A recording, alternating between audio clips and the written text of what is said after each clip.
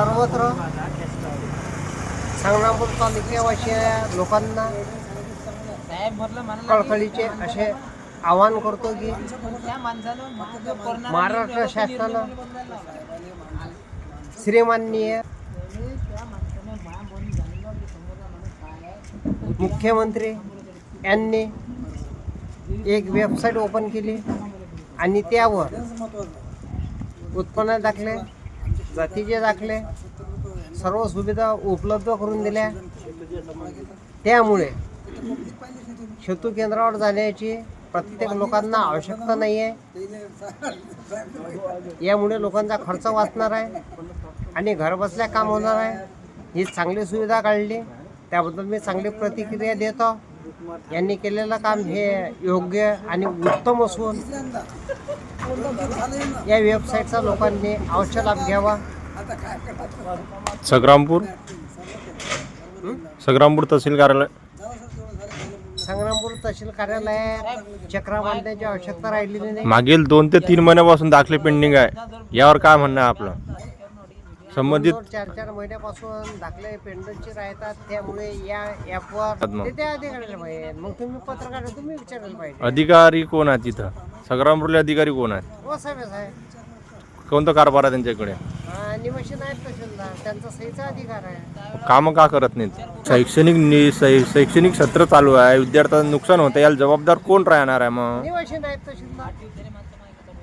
त्यावर पर्याय काय? 100 रुपयाची पावती फाडल्याशिवाय म्हणतात केसेस पुढे पाठवत नाही. ते सैनिक कल्याण निधीच्या पावत्या फाडतात ते. म्हणजे याचा अर्थ की संबंधित अधिकारी पैशाची मागणी करतात? नाही, पैशाची मागणी करतात हे मी म्हणू शकत नाही. 100 रुपये पावती कशासाठी? मग सैनिक कल्याण निधीची पावती फाडतात, मग केस पुढे पाठवतात. ते पावती 2-3 प्रकरण आढळले. मग पावती कोण मागतात? ते नाही, तो त्यांचा प्रश्न आहे, मी नाही बोलू शकत. कोण फाडतात पावती? कोण फाडतात हे अज्ञात नाही त्याबद्दल, पण लोकांनी मला पावत्या. मग त्या पावत्या घेऊनच काम होतं, तसे काम होत नाहीत. नाही, ते अटलात ना जाते, आम्हाला या पावत्या कटवायला लागतात, मग ह्या पावत्या फाडा. त्यांची अशी अट आहे. तुमचं काय म्हणणं आहे यावर? मग गोरगरीब जनता भरपूर निघून राहिली आणि त्याच्यात त्या लोकांच्या वेळेवर काम नाही होऊन राहिले. त्याच्यावर 100 रुपये नाही, ते कोणते पावत्या फाडतील? हा, बरोबर आहे. आणि GPS प्रणाली आणि काय करून संग्रामपूर तहसील 17 फोन लागले. GPS प्रणाली काय सांगते? काय सांगते? ज्या ठिकाणचं काम त्या ठिकाणी त्या गावात व्हायला पाहिजे अशी GPS प्रणाली सांगते. मग असं असताना 17 सेंटर कसे चालून राहिले? कशासाठी चालून राहिले? पण मग अधिकारी का दुर्लक्ष करतात? कोणाच्या अंदर टाकून चालून राहिले? निवासी. मग मला सांगा, ज्या गावातलं काम त्या गावात व्हायला पाहिजे. अधिकारी दुर्लक्ष का करतात? सेवा त्यासाठी काढली. अधिकारी दुर्लक्ष का करतात? आता हे तर आपण काही सांगू शकत नाही. माझ्या समोर तर घेतलं नाही, पण काहीतरी अशीनच ना. मग त्यामध्ये काही देवाणघेवाण अशीनच ना. अशीनच ना. म्हणजे शंका निर्माण होते ना आपल्यासारख्याला. शंका निर्माण होते, पण काहीतरी पाणी मुरत असेल, त्यामुळे हे असं करत असते चर्चा. हो, टोटल संग्रामपूर तालुक्यात पैशाची 17 सेंटर अटी चालून राहिले. 17 सेंटर चालून राहिले. मग अटी आहे काय GPS प्रणाली? बारकोड का नाही? मग बारकोड आहे काय तक्रार निवारणचा? नाही. बारकोडची ज्याच्यावर तक्रार दाखल करायला लागते तो बारकोड स्कॅन करायची सुविधा आहे काय? नाही. पाण्याच्या पिण्याची योग्यता आहे काय? नाही. काही पिण्याच्या पाण्याची व्यवस्था केलेली आहे काय? नाही.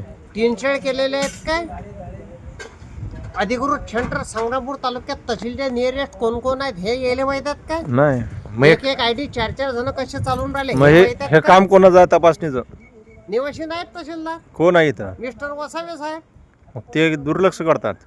दुर्लक्ष करतात की लक्षच देत नाही याबद्दल मला काही म्हणणं नाही. अधिकाऱ्या संबंधित अधिकाऱ्याची माझा विरोध नाही, पण जे सेवा भेटायला पाहिजे जनतेला हे भेटायलाच पाहिजे. मग शैक्षणिक सत्रात असं होणे योग्य आहे की काय? अयोग्य आहे. मुलांच्या शिक्षणापासून वंचित राहून राहिले, ऍडमिशन नाही होऊन राहिले. याला जबाबदार कोण आहे? याला जबाबदार निवासी नाहीत तहसीलदार. ठीक आहे ना. कैलास भास्कर वाघ, आयलुएट संग्रामपूर. ठीक आहे. लावण.